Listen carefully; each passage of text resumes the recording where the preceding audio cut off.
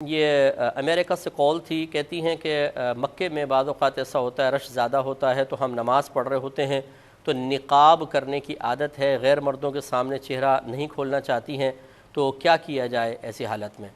دیکھیں، نقاب میں نماز مکروہ تحریمی ہے، منع کیا گیا ہے۔ وہاں ایک ایسا ماحول بنا ہوتا ہے، آپ اگر حالت احرام میں ہیں ویسے بھی چہرہ ڈھانپنا منع ہوتا ہے، اور یہ واجب ہے چہرہ کھولنا۔ وہاں پہ آپ چہرہ ڈھکیں گی تو گناہ گار ہوں گی، لہٰذا پردہ اپنے مقام پر، لیکن شرعی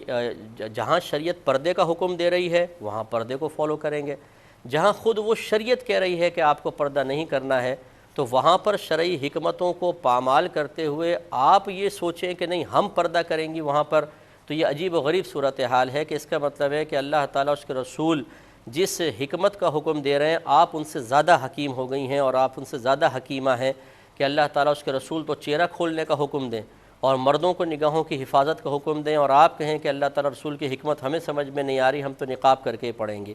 لہٰذا اس طرح کی اپنی عقل کا استعمال شرعی احکام کے مقابلے میں کرنا، یہ دراصل ایک شیطانی روش پہ چلنا ہے، جس پہ میں انشاءاللہ کچھ باتیں عرض کروں گا، لیکن ایک مختصر سے بریک کے بعد۔ بسم اللہ الرحمن الرحیم۔ تو آپ کی خدمت میں گزارش کر رہے تھے کہ اللہ تبارک و تعالیٰ اور اس کے رسول کریم صلی اللہ علیہ وسلم جب کوئی حکم ارشاد فرمائے تو پھر اس کو قبول کرنا چاہیے۔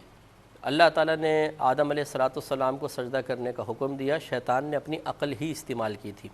اور وہ رادہ درگاہ ہوا، تو لہذا اللہ تعالیٰ اور اس کے رسول حکمت بہتر جانتے ہیں۔ یقینی سی بات ہے کہ حیا اور شرم کا درس اللہ تعالیٰ اس کے رسول کی طرف سے ہی ملا ہے۔ اب جب وہ چہرہ کھولنے کا حکم ارشاد فرما رہے ہیں کہ حالت احرام میں چہرہ نہیں ڈھکنا ہے، تو پھر وہ کون سی شرم و حیا ہے کہ جس کا درس آپ نے کہیں اور سے حاصل کر لیا اور اللہ تعالیٰ اور اس کے رسول کی طرف سے دیا گیا شرم و حیا کے درس کو فراموش کر دیا جائے؟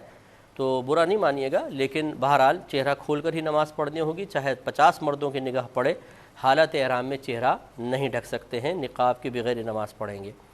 ایک آپ نے فرمایا کہ سعی میں